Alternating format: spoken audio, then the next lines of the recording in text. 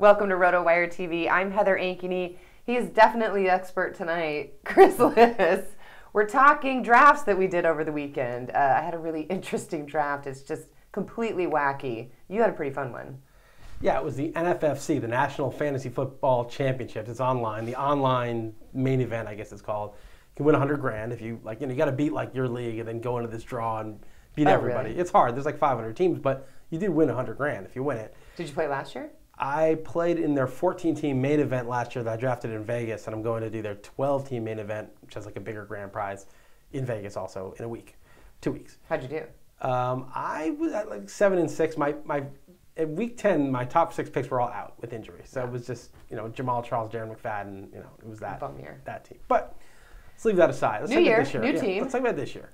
This year, I really like my team, but I did some things. I learned 2 things by this draft. One, I took Chris Johnson at 7. Really? Over Brady. That was kind of my choice. And I just thought, in a 12-team league, in a 14-teamer, I might have taken Brady. But in a 12-teamer, I knew there'd be a lot of quarterbacks late. I didn't need to force it.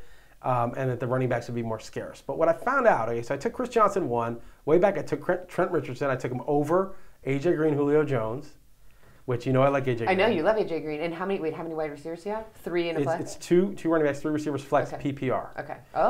And you took... well, I don't think A.J. Green and Julio Jones really benefit that much from PPR. They're more big play guys. It's the possession guys that really get a bump from PPR. Mm-hmm. But, Richardson is just the full package. He does everything. They drafted him 3rd overall. They traded up to get him. I mean, he's the guy. He had a minor knee scope. They scraped away some cartilage that was irritating him. There's nothing structurally wrong. He should be back for week 1. Obviously, you don't love that a rookie's coming into the league with any kind of damage, but I feel pretty good that he's going to be healthy for longer than Ryan Matthews say. Okay, so I took him in the 2nd round. 3rd round, I took Hakeem Nicks, which was exactly why I didn't take A.J. Green or Julio Jones, because I think Nicks is right there, and he was there, 12 picks later, 13 picks later. Okay. Then 4th round, I took Ahmad Bradshaw, because I just thought it was the best back left, and the receivers were just all okay. I thought maybe 5th round I'd get a receiver, and I took him over Cam Newton, who I would have normally taken, but it's 6 points per passing touchdown. So if you throw 30 or 35 passing touchdowns, it kind of neutralizes Newton's huge advantage with the rushing touchdowns. So I just kind of let that go. Someone got him in round 4, which is ridiculous. Mm-hmm. Round 5, I took Antonio Gates. I just didn't like any of the receivers that were there to really jump out on a limb. Had any tight ends gone already, like Gronk? Yeah, the two big ones. Graham and Gronk. Okay. Hernandez went right after I took Gates in 5. Round 6, I took Rivers. I wanted Deshaun Jackson, went right before me. All right, fine, I'll take Rivers. I'll just take a good quarterback in a 6-point touchdown pass league.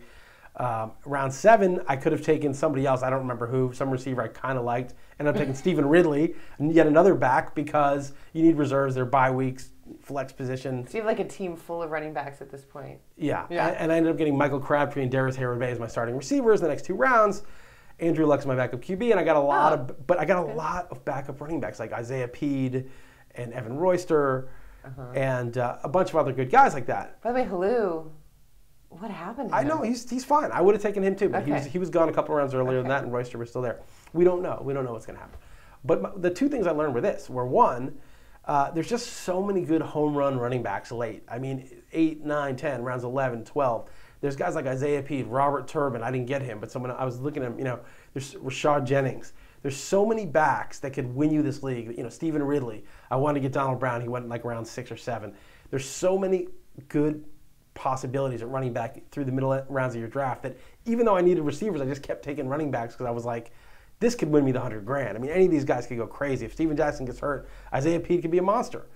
So that was one thing I learned. The other thing I learned was that kind of, you got to just take, I know this, but it reminded me, don't think I need a balanced team. Oh, I need a receiver. I'm going to take a receiver. I mean, do you do that? I mean, a lot of people do.